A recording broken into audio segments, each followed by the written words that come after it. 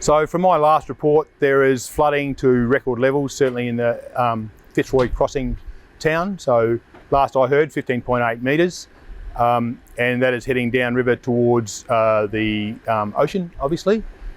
Broome has also had a lot of water due to the tropical low for 2 or 3 days in a row.